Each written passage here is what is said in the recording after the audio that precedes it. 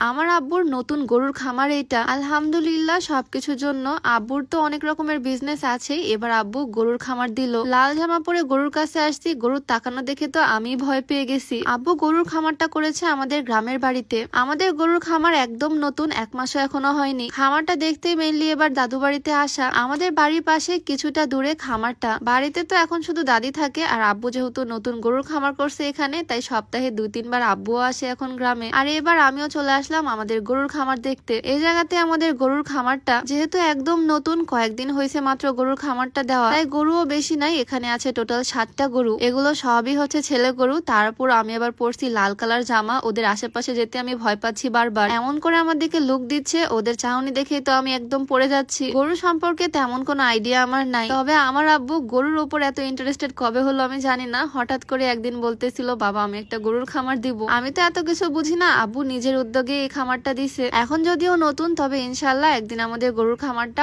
অনেক বড় হবে, সবাই দোয়া করবা। আস্তে আস্তে সাহস নিয়ে গরুদের কাছে গেলাম, আর এখন ওরা আমাকে কিছুই বলতেছে না। অনেকদিন ধরে ভাবতেছিলাম দাদু বাড়িতে আসবো, গরুর খামারটা একটু দেখে যাবো। শেষে এই বৃষ্টি বাদলের মধ্যে গ্রামের বাড়িতে চলে আসলাম, আর গরুদের সাথে দেখা করতেও চলে আসলাম গরুর খামারে। সবগুলো গরুই মাশাআল্লাহ আমার আব্বু নিজে হাট থেকে খুঁজে খুঁজে নিয়ে আসছে এদেরকে। আমার আব্বু আবার খুবই পরিশ্রমী মানুষ, একা হাতে এতগুলো বিজনেস সামলাচ্ছে। কয়েকদিনের প্ল্যানে গ্রামের বাড়িতে গরুর খামারও করে ফেলছে। আমার আব্বু আমার ইন্সপিরেশন। আমার তো কোনো ভাই নাই, তবে আমি চাই আমার আব্বুর মতো হতে। অল্প বয়সে যেটুকু করতে পারছি আলহামদুলিল্লাহ, তবে ইনশাল্লাহ আরো অনেক দূরে যাওয়ার ইচ্ছা আছে, সবাই দোয়া করবা। যাই হোক, এইখানে যে গরুগুলো আছে এরা সবাই হচ্ছে ছেলে গরু, মানে কেউই দুধ দেয় না। যে বললাম গরু বিষয়ে আমার খুব একটা আইডিয়া নাই, গরু সম্পর্কে আমি তেমন একটা বুঝি না। তবে পাশেই আরেকটা সেট করা, এখানে হচ্ছে সব মেয়ে গরু। আচ্ছা, ভিডিওর মাঝখানে ছোট করে বলে রাখতে চাই, তোমরা যারা অর্গানিক উপায়ে হেয়ার কেয়ার করতে চাও, তোমরা চাইলে এই কম্বোটা ইউজ করতে পারো। এখানে থাকছে একটা অর্গানিক হেয়ার অয়েল, যেটা চুল পড়া কমাবে, নতুন চুল গজাবে, চুলের খুশকি দূর করবে। এটা সম্পূর্ণ প্রাকৃতিক উপাদান দিয়ে তৈরি। ভিতরে শিকড় বাকড় দেখলেই বোঝা যাচ্ছে, মেথি, তিল, কালোজিরা সবকিছুই দেখা যাচ্ছে। কম্বোতে একটা হেয়ার প্যাক থাকবে, এটা মেইনলি একটা প্রোটিন প্যাক, যেটা চুলটাকে অনেক বেশি শাইনি করবে, হেলদি করবে। নীলা ফ্যাশন কালেকশন ফেসবুক পেজ থেকে তোমরা এই কম্বোটা পেয়ে যাবা। পেজটা আমি ডিসক্রিপশনে মেনশন করে দিব। ছেলে গরুদের দেখে আমি এত ভয় পাচ্ছিলাম, ওদের কাছে গেলাম, ওরা আমাকে কিছুই বললো না। তবে এই মেয়ে গরুগুলোর খুবই অ্যাটিটিউড। এত সুন্দর করে আদর করতেছি, তাও তো কাছে আসতে চাচ্ছে না। আসলে গরু এমন একটা জিনিস যার সবকিছুই কাজে আসে। গরুর মাংস থেকে শুরু করে চামড়া, দুধ আর গোবর পর্যন্ত আমরা ফেলে দিই না, এটাও কাজে আসে। এই গরুগুলো কিন্তু দুধ দেয় মাশাআল্লাহ।